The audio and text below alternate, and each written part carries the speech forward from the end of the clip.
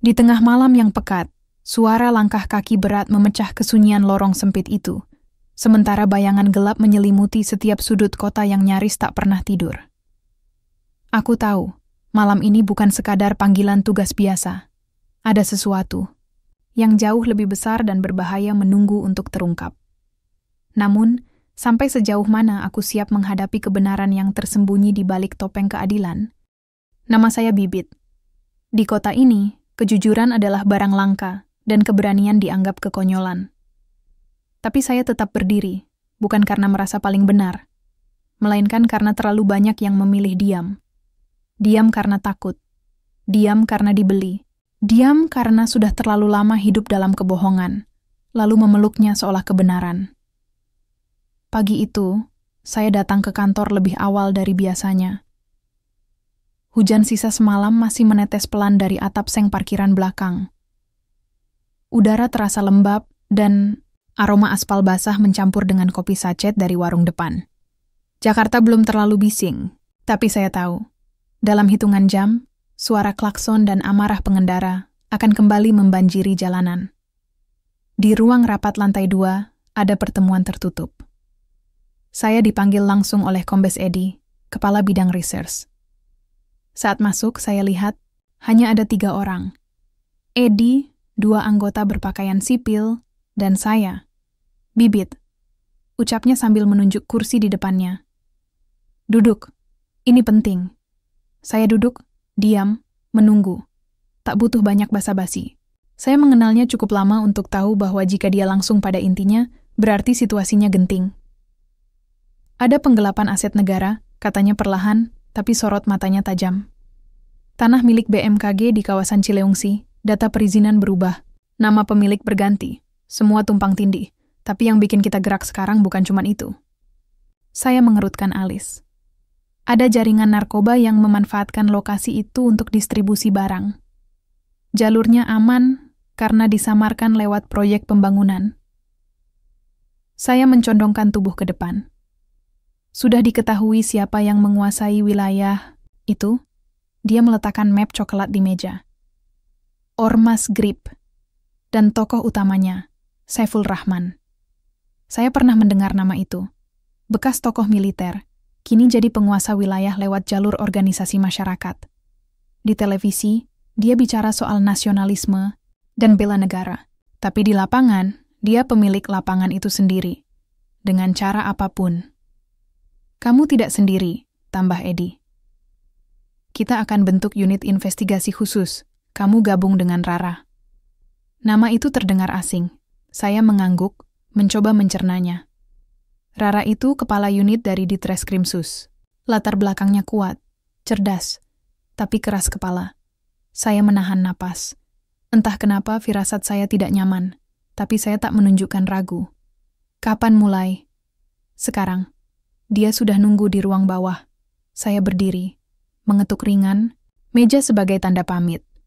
Sebelum keluar, Edi sempat berkata, "Hati-hati, ini bukan penyelidikan biasa.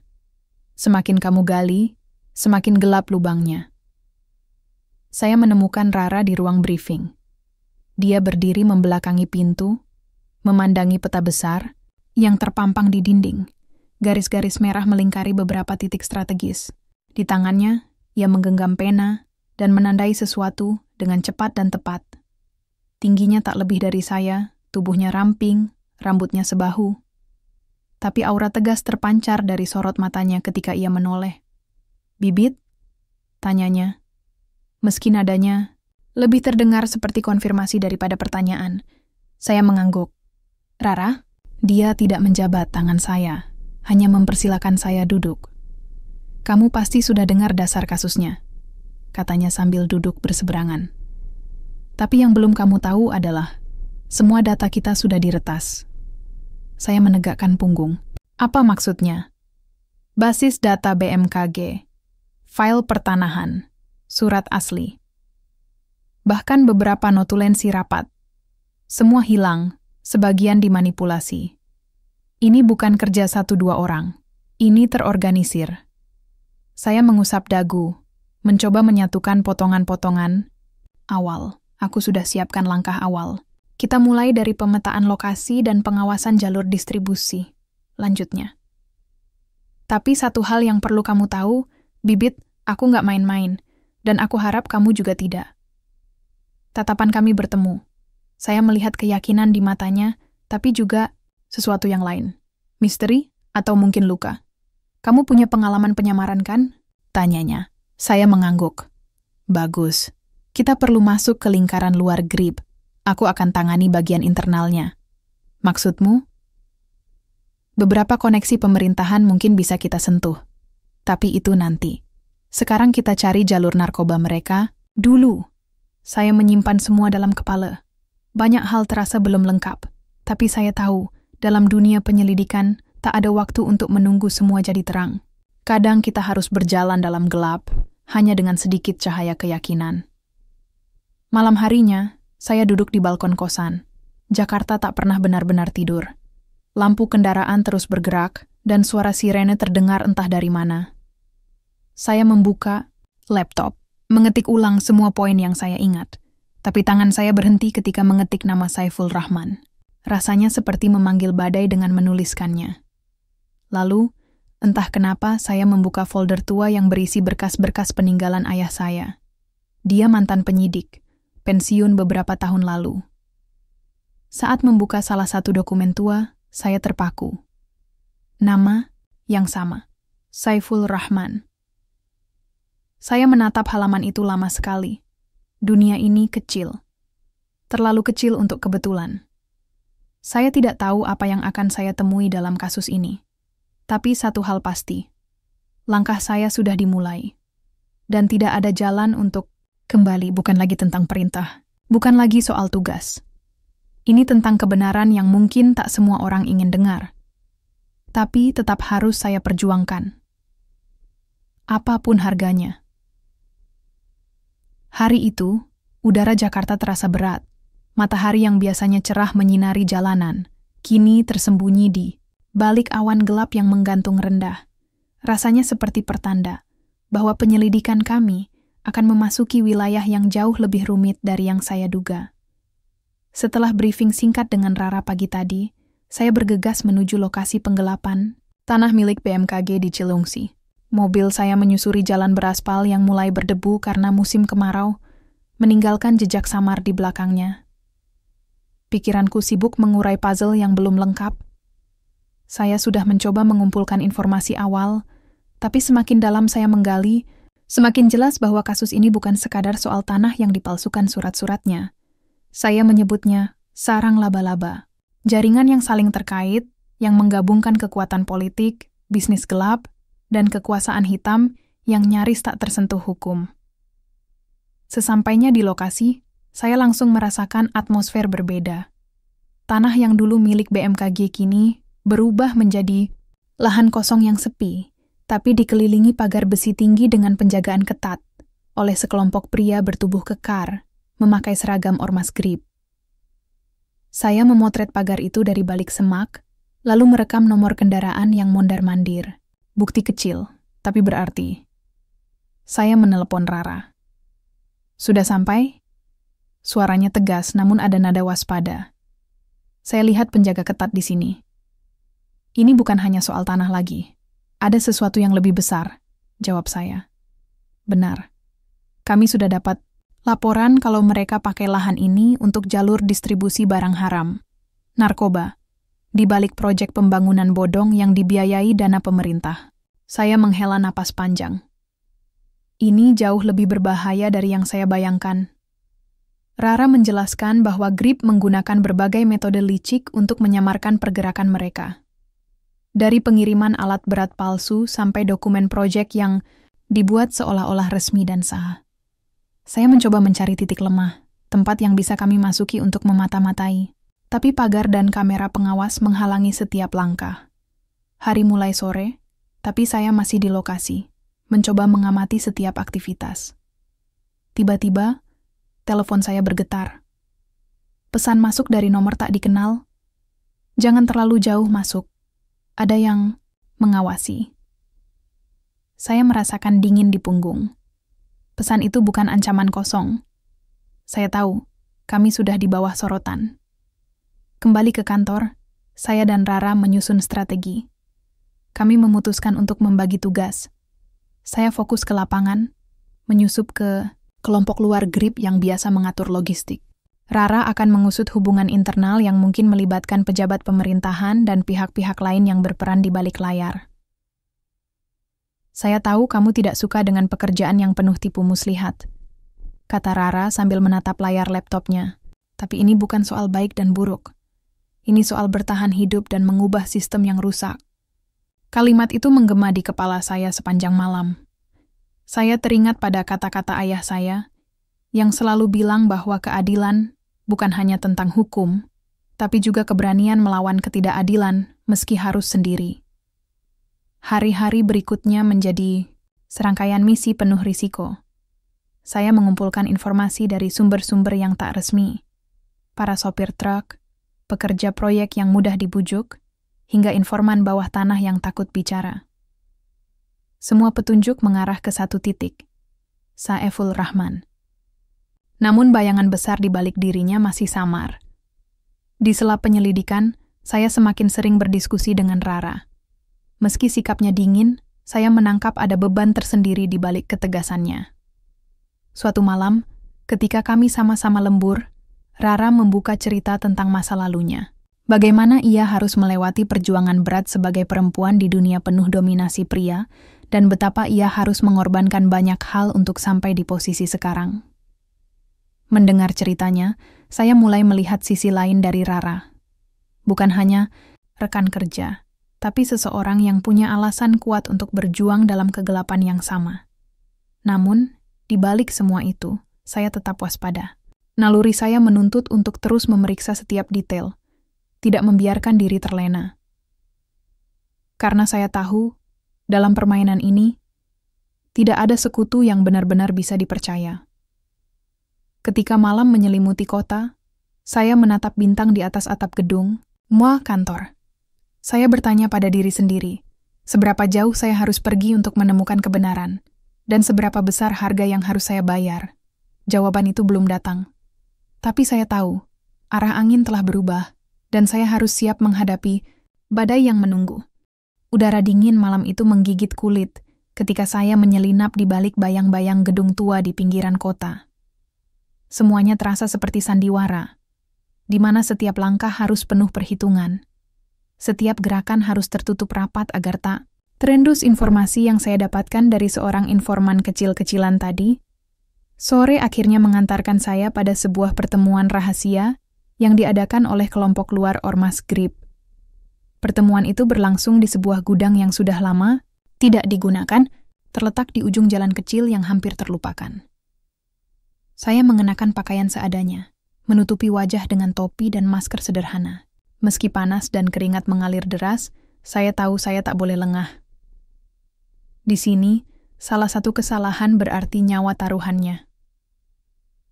Saat saya mendekat, suara percakapan mulai terdengar samar.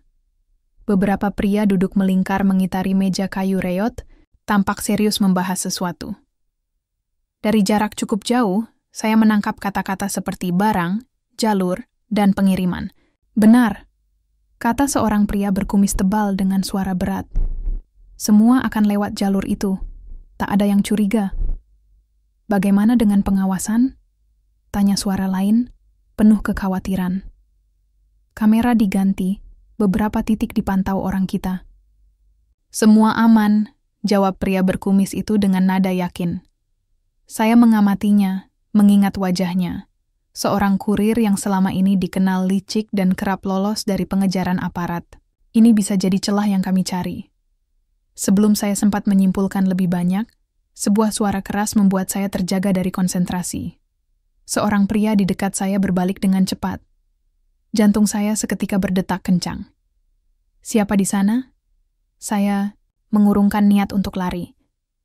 Tidak ada tempat sembunyi. Dengan spontan, saya mengangkat tangan dan berusaha tenang. Saya hanya ingin bicara. Beberapa pria bergegas mendekat. Wajah mereka mulai menunjukkan tanda curiga dan kemarahan. Saya bukan musuh, saya bilang sambil menunjukkan lencana kecil yang biasanya saya bawa sebagai aparat. Meski tahu ini bisa membuat keadaan makin berbahaya. Seorang lelaki berambut pendek maju menatap tajam. Kalau begitu buktikan. Apa kau siap bergabung? Atau kau mau mati di sini? Saya tahu, ini bukan soal pilihan lagi.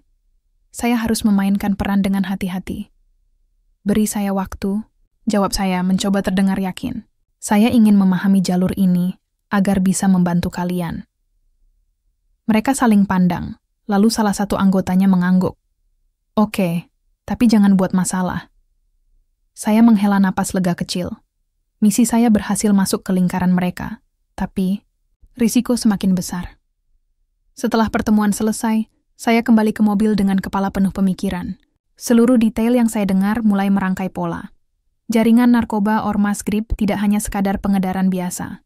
Mereka mengendalikan jalur logistik resmi, menyusupkan barang haram ke dalam proyek-proyek pemerintah. Ini adalah tipu daya yang sempurna. Saya segera mengirim pesan singkat kepada Rara. Masuk lingkaran luar. Dapat info jalur distribusi. Tapi perlu bukti lebih kuat. Jawabannya datang cepat. Bagus. Aku gali dari sisi internal. Kita harus pecah benteng ini dari dua arah. Dalam hati, saya bersumpah. Ini bukan hanya soal menegakkan hukum. Ini soal membongkar sebuah sistem yang sudah membusuk dari dalam. Namun, semakin dalam saya masuk, saya merasa ada sesuatu yang tidak saya mengerti sepenuhnya. Bayangan hitam terus mengikuti saya, dan saya tahu, bahaya sesungguhnya belum muncul. Di malam yang sunyi, saya kembali menatap langit yang pekat, bertanya, pada diri sendiri, seberapa jauh saya harus jatuh sebelum bisa benar-benar berdiri, dan apakah saya siap menghadapi kenyataan yang mungkin lebih pahit daripada yang saya bayangkan? Beberapa hari setelah saya menyusup ke pertemuan rahasia itu, suasana kerja menjadi semakin berat. Setiap pagi, saya melangkah masuk ke kantor dengan kepala penuh pikiran yang tak pernah tenang. Kasus ini seperti gelombang besar yang terus menggulung, menelan segalanya tanpa ampun. Rara terus mengirimkan laporan internal yang semakin membingungkan. Beberapa pejabat pemerintahan yang dulu saya anggap bersih, ternyata punya hubungan erat dengan jaringan Grip. Dokumen-dokumen yang dia temukan menunjukkan transaksi gelap, penggelapan dana, dan konspirasi berlapis-lapis. Saya duduk di ruang penyidikan, memandangi tumpukan berkas yang harus saya pelajari ulang. Mata saya mulai perih karena terlalu lama menatap angka dan nama-nama yang seakan membingungkan. Tapi saya tahu, di balik setiap angka itu ada nyawa dan masa depan yang terancam. Sore itu, Rara datang membawa secangkir kopi. Wajahnya terlihat lelah, tapi matanya tetap tajam. "Kamu sudah lihat laporan terbaru?" tanyanya sambil meletakkan kopi di meja. Saya mengangguk. Ada nama-nama yang tidak bisa kita abaikan. Dia menghela napas panjang. Ya, ini jauh lebih rumit dari yang kita kira. Bahkan mungkin ada yang bermain dari dalam aparat. Saya menatapnya dengan serius. Maksudmu? Artinya ada yang menyabotase penyelidikan kita. Mungkin juga yang memberi peringatan tadi malam. Rara mencondongkan badan, suaranya menurun. Kita harus hati-hati, Bibit. Jangan sampai kepercayaan kita dimanfaatkan untuk menjatuhkan kita. Kata-katanya menusuk hati. Saya tahu Rara bukan tipe orang yang mudah curiga, apalagi terhadap rekan sekerjanya sendiri. Tapi kali ini, situasinya berbeda. Saya mencoba mengingat setiap percakapan, setiap gerak-gerik dari mereka yang selama ini saya anggap sekutu. Namun bayangan samar itu terus mengganggu, membuat saya waspada. Suatu malam, saat sedang menelaah dokumen di kantor, telepon saya berdering tanpa tanda pengenal. "Halo?" Suara saya terdengar tegang. "Simpan semua yang kamu tahu, Bibit." Suara di ujung sana dingin dan tegas. Ini bukan permainan untuk orang lemah. Sebelum saya sempat bertanya, panggilan itu terputus.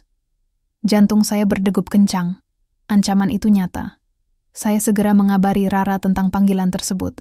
Tapi anehnya, dia terlihat tenang, hampir seperti sudah menduga hal ini akan terjadi. "Ini tanda kita sudah terlalu dekat dengan inti masalah," katanya singkat. Hari-hari berikutnya menjadi permainan kucing dan tikus. Saya merasa setiap langkah diawasi, setiap kata saya bisa disalahartikan. Tapi saya tak boleh mundur. Karena di balik semua itu, saya tahu ada suara-suara kecil yang berharap keadilan benar-benar ditegakkan. Pada satu momen yang tak terduga, saya menemukan rekaman CCTV yang tersembunyi di sebuah gudang. Rekaman itu memperlihatkan beberapa pejabat datang dan pergi tengah malam, masuk ke dalam kompleks lahan yang katanya resmi. Ini adalah bukti penting. Tapi sebelum saya sempat menyerahkan ke Rara, saya menyadari ada sesuatu yang aneh pada rekaman itu. Ada jeda dan bagian yang terhapus. Siapa yang bermain-main dengan bukti kita? Saya bertanya dalam hati. Ketika saya ingin mengonfrontasi Rara, saya menemukan dia sudah pergi dari kantor tanpa pemberitahuan. Teleponnya tidak bisa dihubungi. Panik mulai merayap perlahan. Apakah dia sudah tahu sesuatu yang tidak saya ketahui? Atau apakah saya mulai kehilangan orang yang paling saya percayai? Di tengah kebingungan itu, saya menyadari satu hal. Tembok kepercayaan yang selama ini saya bangun mulai retak, dan retakan itu menganga semakin lebar, siap menelan segalanya. Saya berdiri di depan jendela kantor, menatap langit malam yang gelap pekat. Bintang tak terlihat, seakan malam ini menyimpan rahasia yang terlalu berat untuk diungkap. Saya tahu perjalanan saya masih panjang, tapi saya harus terus maju, karena kebenaran tidak pernah mati, meski dikelilingi bayang-bayang pengkhianatan. Malam itu, kantor kami terasa seperti sarang racun yang bersembunyi di balik bayang-bayang. Setelah Rara menghilang tanpa jejak, saya seperti kehilangan jangkar di tengah lautan yang bergelora. Ponselnya yang tak bisa dihubungi, ruang kerja yang kosong, semua menciptakan kesunyian yang menusuk. Hanya deru kipas angin yang menemani saya, berputar tanpa henti, mengusir udara pengap yang memenuhi ruangan. Saya duduk terpaku di depan layar komputer, mencoba mengulang kembali setiap percakapan terakhir kami. Ada sesuatu yang tidak beres. Cara dia pergi begitu tiba-tiba, tanpa pesan apapun, seperti burung yang terbang tanpa arah, meninggalkan sarang kosong yang dulu penuh kehangatan dan kepercayaan. Namun, pekerjaan tak boleh berhenti. Saya harus terus bergerak, menambal lubang yang terbuka lebar akibat ketidakhadirannya. Saya mulai mengakses kembali semua data yang sudah kami kumpulkan. Surat-surat tanah, dokumen proyek palsu, rekaman CCTV yang sebagian rusak, dan catatan pengiriman yang tampak berputar-putar tanpa ujung. Saya tahu ini bukan sekadar masalah legalitas semata. Ada kekuatan gelap yang mengatur semua ini, lebih besar dan berbahaya dari yang saya bayangkan. Ormas Grip bukan hanya sebuah kelompok biasa, tapi sebuah mesin besar yang sudah lama berjalan, menjerat banyak orang dalam jaring korupsi dan kejahatan. Pagi menjelang, saya memutuskan untuk menemui seorang informan yang selama ini membantu saya. Dari bawah tanah, seorang pria paruh baya bernama Pak Arman. Dia memiliki jaringan luas dan tahu seluk-beluk hitam di balik layar kota ini. Saya berjanji pada diri sendiri, kali ini harus bertemu langsung, walau risiko menghadapi ancaman makin besar. Pak Arman, saya mulai saat duduk di sebuah warung kecil yang remang-remang. Aku butuh informasi lebih lengkap tentang hubungan Ormas Grip dengan pejabat pemerintahan. Dia menatap saya dengan mata penuh curiga. Kenapa sekarang? Kamu tahu, Bibit, main-main dengan mereka bisa berarti kehilangan segalanya. Saya menghela napas. Aku sudah terlalu dalam. Tidak ada jalan kembali sekarang. Dia mengangguk pelan. Baiklah, tapi hati-hati. Mereka tak segan menyingkirkan siapa saja yang menghalangi. Dari pembicaraan singkat itu, saya mendapat titik terang. Ada nama yang selalu muncul. Seorang pejabat tinggi yang sering berkoordinasi dengan ketua Ormas Grip, bernama Pak Hendro. Orang itu adalah kunci yang menghubungkan seluruh jaringan korupsi dari proyek penggelapan tanah hingga peredaran narkoba. Saya mulai merancang langkah berikutnya. Saya harus mencari cara untuk mendapatkan bukti konkret mengenai keterlibatan Pak Hendro. Namun saya sadar, ini bukan pekerjaan mudah. Dia memiliki pengawalan ketat dan akses ke hampir seluruh lini pemerintahan. Saat saya kembali ke kantor, saya membuka arsip lama dan mulai menelusuri jejak digital Pak Hendro. Saya menemukan bahwa dia sering melakukan perjalanan keluar kota, terkadang berkoordinasi dengan kelompok lain yang tidak jelas. Setiap langkahnya tampak diatur dengan rapi, seperti pemain catur yang tak pernah membuat gerakan sembarangan. Malam semakin larut ketika saya menerima pesan singkat dari nomor anonim. Berhati-hatilah, Bibit. Jalan yang kau pilih penuh bahaya. Jangan percaya siapapun. Kalimat itu menghantam saya seperti petir di tengah malam. Siapa yang mengirim pesan ini? Apakah ini peringatan atau jebakan? Kegelisahan mulai merayap. Saya tidak bisa lagi membedakan antara teman dan musuh. Setiap tatapan, setiap ucapan bisa menjadi pisau bermata dua. Meski begitu, saya tahu, mundur bukan pilihan. Rara mungkin telah terjebak dalam permainan yang lebih besar, dan saya harus menemukan cara untuk membebaskannya, sekaligus menggulingkan jaringan korupsi ini. Hari-hari berikutnya menjadi perjalanan melelahkan. Saya terus menyelidiki, bertemu, berbagai macam orang, dari pengusaha kecil yang menjadi korban sampai pejabat yang mencoba menutupi jejak. Saya menyadari betapa dalamnya lumpur yang harus saya selami. Suatu sore, saat menelusuri dokumen di sebuah kafe kecil, saya didekati oleh seorang wanita muda. Dia memperkenalkan diri sebagai Dita, pegawai BMKG yang diam-diam memberikan informasi tentang penggelapan tanah. Wajahnya penuh ketakutan, tapi matanya menyiratkan keberanian yang kuat. Pak Bibit, saya tahu ini berbahaya, tapi saya ingin membantu. Ada banyak hal yang tidak boleh diketahui publik, katanya pelan. Saya menyambut tawarannya dengan hati terbuka. Setiap informasi kecil sangat berharga sekarang. Dita mulai bercerita tentang praktik-praktik curang yang terjadi di dalam BMKG, termasuk pemalsuan dokumen dan tekanan dari pihak luar agar proyek penggelapan tanah terlihat legal. Cerita Dita membuka mata saya lebih lebar lagi tentang besarnya korupsi ini. Ini bukan hanya soal uang atau kekuasaan, tapi juga tentang bagaimana mereka mempermainkan nasib banyak orang demi keuntungan pribadi. Malam itu, saat berjalan pulang, saya merasakan bayangan panjang menyelimuti langkah saya. Setiap sudut kota seolah menyimpan rahasia yang ingin saya bongkar, tapi juga siap menjerat saya kapan saja. Saya teringat pada pesan terakhir yang saya terima, jangan percaya siapapun. Kata-kata itu berputar dalam kepala saya, seperti mantra yang mengingatkan bahwa saya berdiri di garis depan perang yang tak terlihat. Tapi saya masih punya satu tekad yang tak tergoyahkan, mencari kebenaran, meski harus menghadapi dunia yang penuh kebohongan, karena bagi saya keadilan bukanlah sekadar kata. Ia adalah perjuangan, sebuah cahaya kecil yang harus saya jaga di tengah gelapnya kabut yang menyelimuti kota ini. Hari-hari yang berlalu terasa seperti neraka yang membakar jiwa saya perlahan. Sejak Rara menghilang, dunia saya seperti runtuh, tertutup kabut yang makin tebal. Saya terus menggali, mencoba menemukan petunjuk apapun yang bisa membawa saya kembali padanya. Atau setidaknya, mengungkap kebenaran tentang siapa dia sebenarnya. Dita menjadi satu-satunya cahaya kecil yang saya genggam. Informasi yang dia berikan mulai saya rangkai menjadi pola besar, menyatukan titik-titik yang selama ini tersembunyi dalam bayang-bayang. Tapi setiap langkah semakin membebani dada saya dengan keraguan dan ketakutan. Suatu sore, ketika saya sedang memeriksa data transaksi keuangan yang didapat dari Dita, ponsel saya bergetar. Pesan masuk dari nomor tak dikenal. Apa kau ingin tahu siapa pengkhianat sebenarnya? Bertemu di tempat biasa, jam 8 malam. Kalimat itu seperti badai yang datang, tiba-tiba memecah kesunyian yang menyelimuti saya. Saya tahu, ini bisa jadi jebakan, tapi naluri saya menyuruh untuk tidak melewatkannya.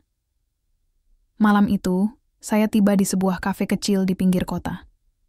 Lampu remang dan musik jazz yang mengalun lembut seolah berusaha menenangkan jiwa yang gelisah.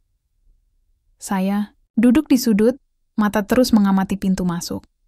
Tak lama kemudian, seorang pria bertubuh kurus dengan jaket lusuh mendekat. Dia mengangguk singkat sebelum duduk di depan saya. Bibit, katanya pelan. Siapa kau? Tanya saya, mencoba menyembunyikan rasa penasaran sekaligus waspada. Orang yang dulu bekerja untuk Rara. Dia sudah lama terjebak dalam permainan besar ini. Aku di sini untuk memberimu bukti. Dia menyerahkan sebuah flash disk. Di dalamnya ada rekaman percakapan Rara dengan ketua Ormas Grip dan pejabat-pejabat korup. Kamu akan terkejut. Jantung saya berdegup kencang saat saya menerima flash disk itu. Akankah ini jawaban yang selama ini saya cari? Ataukah jebakan yang akan menjebloskan saya ke dalam kegelapan? Keesokan harinya, di ruang penyidikan yang sunyi, saya memasukkan flash disk ke komputer. Layar menampilkan rekaman video yang mengguncang dunia saya. Rara, yang selama ini saya percayai, berbicara dengan suara rendah dan penuh rahasia bersama ketua Ormas GRIB, yang tampak mengatur strategi penyelundupan narkoba dan penggelapan tanah. Bahkan, ada bukti bahwa Rara menerima sejumlah besar uang sebagai imbalan untuk menutupi jejak mereka. Saya terdiam, rasa sakit menusuk hati. Semua yang saya yakini selama ini hancur berkeping-keping. Pengkhianatan itu bukan sekadar kata, tapi kenyataan yang saya saksikan dengan mata kepala sendiri. Tiba-tiba, saya merasakan tangan yang gemetar dan napas yang tersengal. Bagaimana bisa dia melakukan ini? Bagaimana bisa orang yang saya anggap sekutu berubah menjadi musuh terbesar? Pikiran saya berputar liar. Apakah Rara adalah dalang di balik semua ini? Ataukah dia hanya pion yang dipaksa bermain oleh kekuatan yang jauh lebih besar? Dalam keputusasaan itu, saya menerima pesan lain. Jangan coba lawan. Ini bukan hanya soalmu, Bibit. Jika kau melangkah lebih jauh, semuanya akan hancur. Ancaman itu bukan hanya membuat saya takut, tapi juga menguatkan tekad untuk mengungkap semuanya, betapapun berbahayanya. Saya berusaha menghubungi Rara, tapi ponselnya tetap tidak aktif. Apakah dia tahu saya telah menemukan rahasianya? Ataukah dia sedang menunggu waktu yang tepat untuk muncul kembali? Seminggu berikutnya, saya mulai mengawasi gerak-gerik ketua Ormas GRIB dan para pejabat yang terlibat. Setiap langkah mereka saya catat dengan cermat, berharap bisa menemukan titik lemah. Namun, tekanan dari atasan semakin terasa. Saya diberi peringatan halus untuk menghentikan penyelidikan. Bahkan ada desas-desus bahwa nama saya mulai masuk daftar hitam. Dalam situasi yang makin memburuk, saya berhadapan dengan pilihan sulit. Mempertahankan kebenaran dengan risiko kehilangan segalanya, atau menyerah demi keselamatan diri sendiri. Di satu titik saya merasa terpojok. Tapi suara hati saya berkata, ini bukan saatnya menyerah. Dengan tekad yang membara, saya memutuskan untuk mencari Rara, bukan sebagai lawan, tapi untuk mencari jawaban dan mungkin pengampunan. Saya mulai melacak jejaknya dari berbagai sumber, teman, lama, keluarga, hingga pesan-pesan yang dia tinggalkan secara sembunyi-sembunyi. Setiap potongan informasi membawa saya lebih dekat ke kenyataan yang pahit. Di tengah pencarian itu, saya bertemu dengan sosok yang tidak saya duga.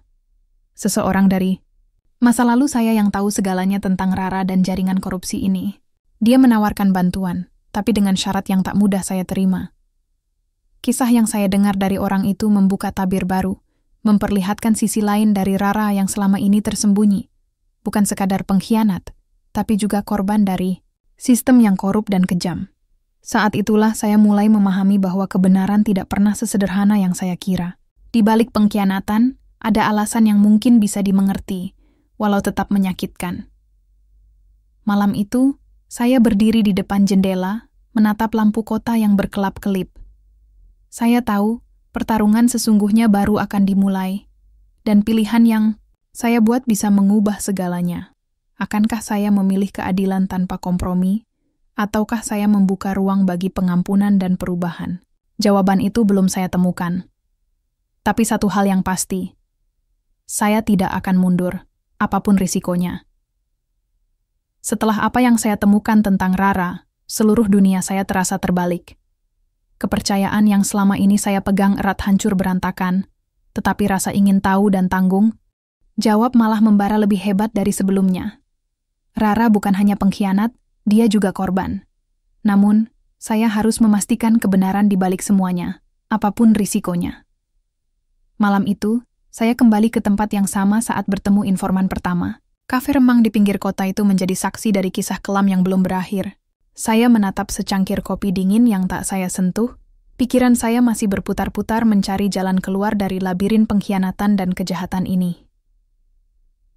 Bibit. Suara pelan dari sudut kafe membuat saya menoleh.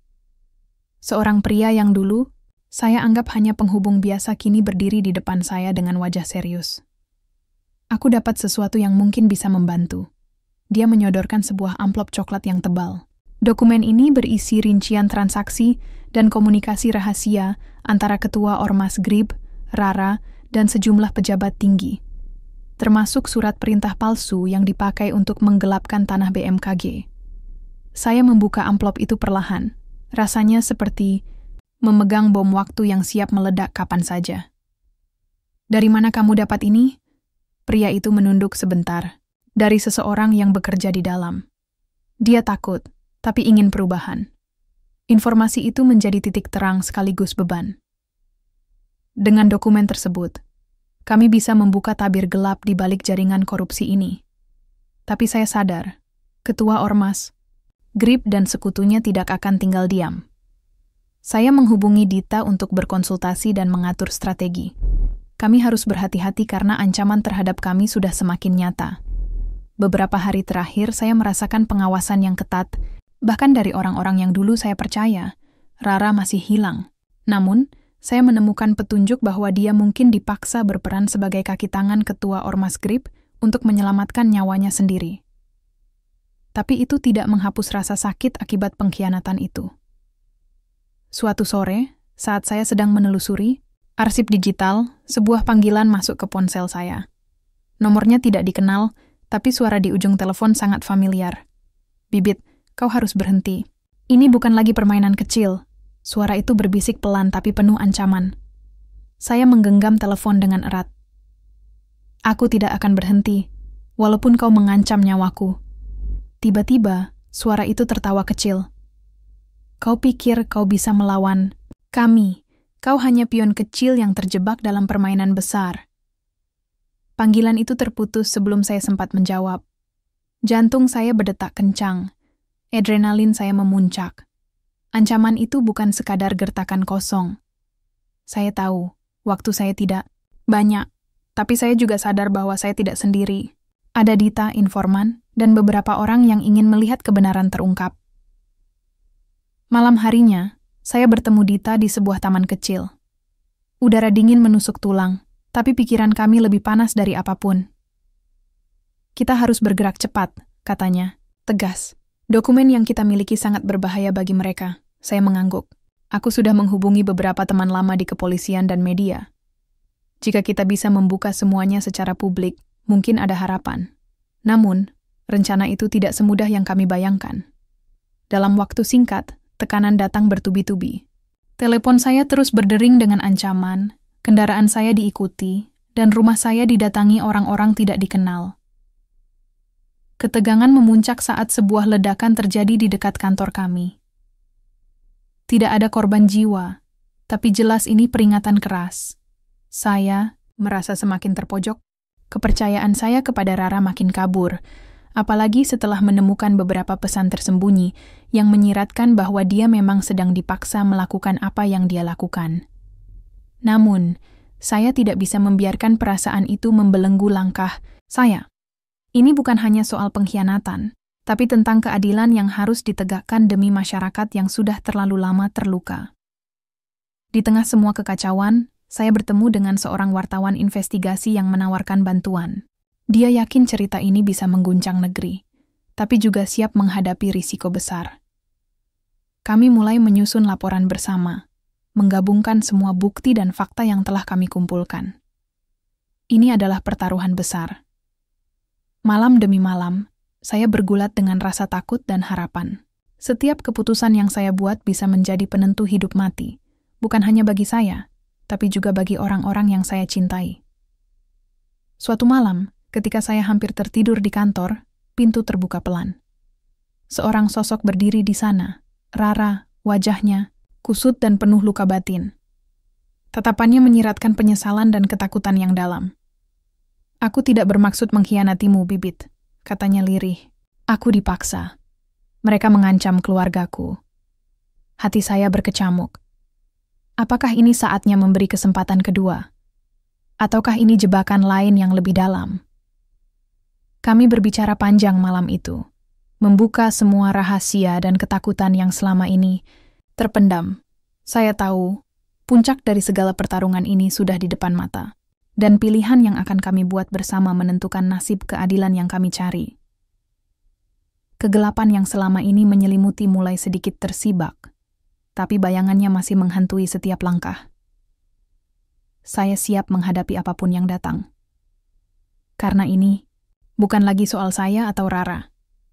Ini soal kebenaran yang harus dibebaskan, walau dengan harga apapun. Malam itu, udara dingin menusuk tulang saat Rara berdiri di depan saya. Wajahnya yang penuh luka dan penyesalan terpampang jelas dalam remang lampu jalan. Kami duduk di sebuah kafe kecil, tempat yang dulu penuh canda, kini berubah menjadi ruang pengakuan dan konfrontasi.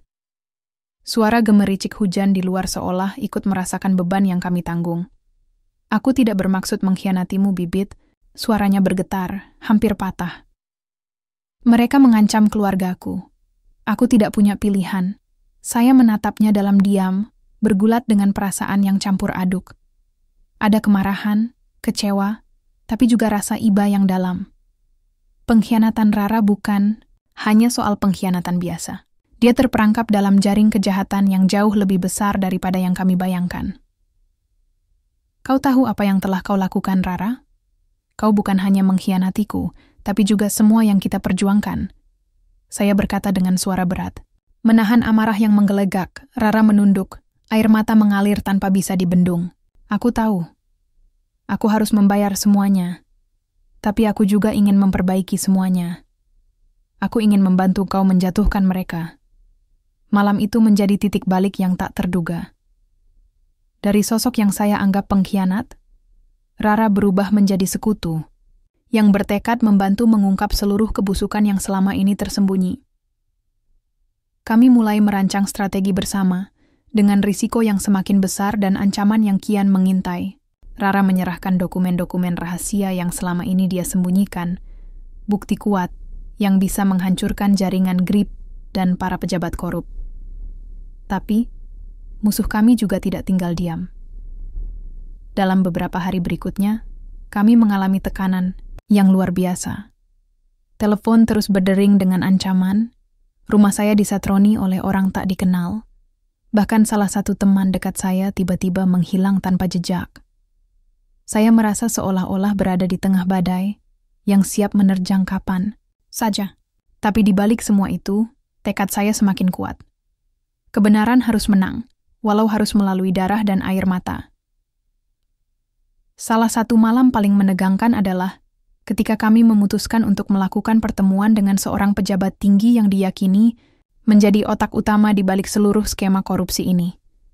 Lokasinya tersembunyi di sebuah rumah mewah di pinggiran kota, lengkap dengan pengamanan ketat. Rara dan saya datang bersama beberapa orang terpercaya, menyamar dan membawa bukti lengkap yang kami miliki. Atmosfer penuh ketegangan memenuhi udara. Setiap langkah diiringi oleh waspada. Saat masuk ke ruang tamu, kami disambut dengan senyum dingin sang pejabat. Bibit Rara. Sudah lama kita tidak bertemu secara langsung, katanya sinis. Saya menatapnya tanpa ragu. Kali ini kau tidak bisa mengelak. Semua bukti sudah kami pegang. Dia tertawa, suara yang menusuk. Kalian pikir ini akhir. Ini baru awal dari permainan yang sesungguhnya. Tiba-tiba, lampu padam dan suara sirene meraung di kejauhan. Situasi berubah menjadi kacau. Ternyata, ada pengkhianat di antara kami. Salah satu orang yang kami bawa ternyata sudah lama bekerja untuk mereka. Kami terjebak dalam penyergapan yang terencana rapi. Dalam kekacauan itu, saya dan Rara berusaha melarikan diri, tapi langkah kami terhalang oleh para preman bersenjata. Rara tertangkap, sementara saya berhasil lolos dengan luka-luka yang membuat saya hampir kehilangan kesadaran. Di tengah kegelapan dan kesakitan, saya bersumpah akan menyelamatkan Rara dan membongkar semuanya sampai tuntas. Hari-hari berikutnya menjadi perjuangan berat. Saya mengumpulkan kekuatan dan dukungan dari para sahabat lama, termasuk wartawan investigasi yang berani menulis kebenaran tanpa takut ancaman. Saya juga terus menghubungi Rara melalui pesan rahasia, berusaha memberinya harapan dan kekuatan di balik jeruji yang mengurungnya. Akhirnya, kesempatan datang saat sebuah pesta besar yang dihadiri para pejabat tinggi dan tokoh GRIP berlangsung di sebuah gedung megah. Ini adalah momen yang tepat untuk mengungkap semuanya ke publik. Dengan bantuan beberapa kontak dari kepolisian yang masih setia pada kebenaran, kami merancang aksi penggerebekan yang matang. Semua bukti akan disajikan secara langsung. Tidak ada lagi yang bisa disembunyikan. Di malam itu, saya berdiri di balik layar, merasakan adrenalin mengalir deras. Hati saya berdebar, bukan hanya karena bahaya, tapi juga karena harapan. Saat pesta berlangsung, lampu mendadak padam, dan layar besar di aula menampilkan video rekaman yang menunjukkan praktik korupsi dan pengkhianatan Rara.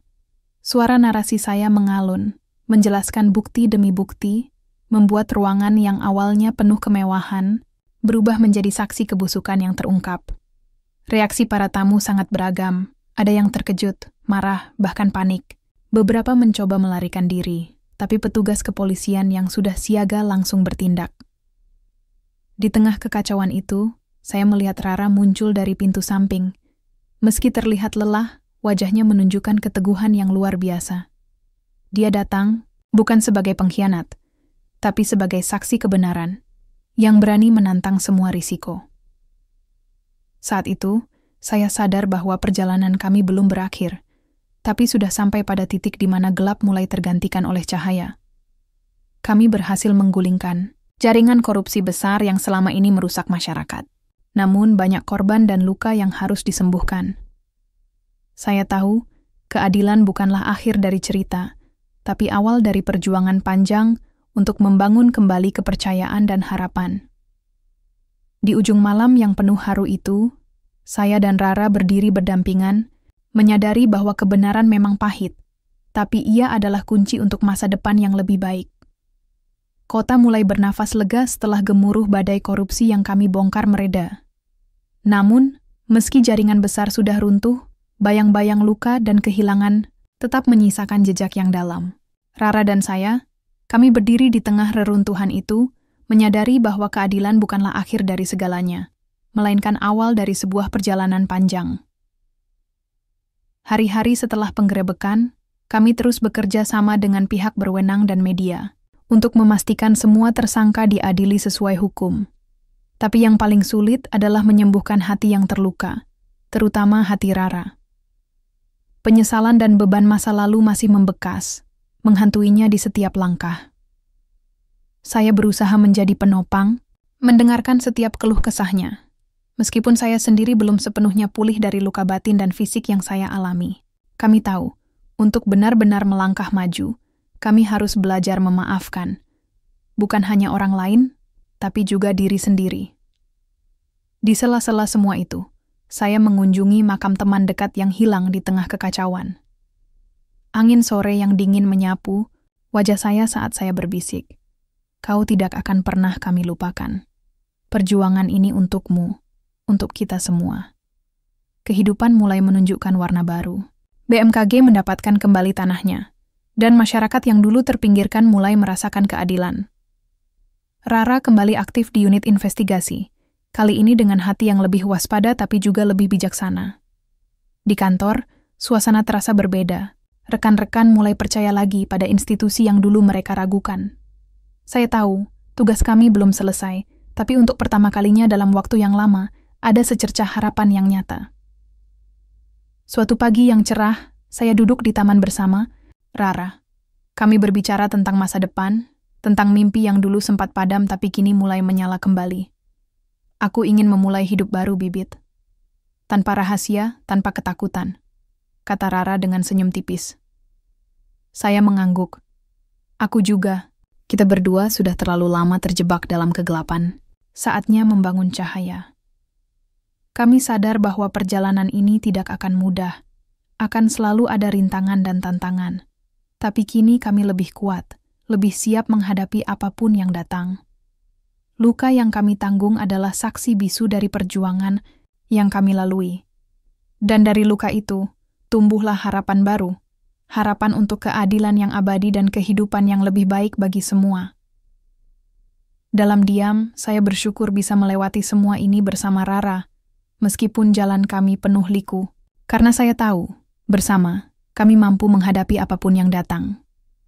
Di bawah sinar matahari pagi, aku dan Rara berdiri bersama, menatap masa depan yang penuh harapan.